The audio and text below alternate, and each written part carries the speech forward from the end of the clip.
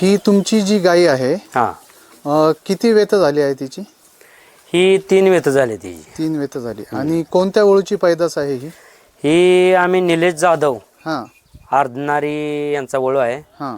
तिथं पैदास या गायची झालेली. कारजाळ खाणीचा वळू ना? हो, काजळखाण्याचा वळू. बरं. गाईचं वर्णन सांगा आम्हाला.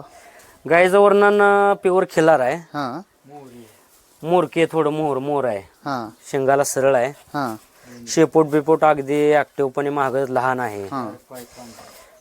चारी पाय खाली पांढरा आहेत बर बर. आणि तोंडात लांबते वसंड दांडगे आहे हां हां हां हां. आणि सगळ्या बाजूने ऍक्टिव्ह आहे. बर. त्या वळूच्या पैदास बद्दल काय सांगताल मग? वळू 1 नंबर आहे, हां हां हां हां. काय अडचण नाही. बर. सगळं रेखीव आखीव सगळीकडं कोणीकडं जर बघितलं तर सगळीकडं ऍक्टिव्ह आहे. म्हणजे वासरं चांगली टाकतात. वासर सगळं चांगलं टाकतं. आणि दूध किती आहे हिला? दूध हिला 3 लिटर दूध आहे. बर. एका एक टायमाला 3 लिटर दूध देते. बर बर.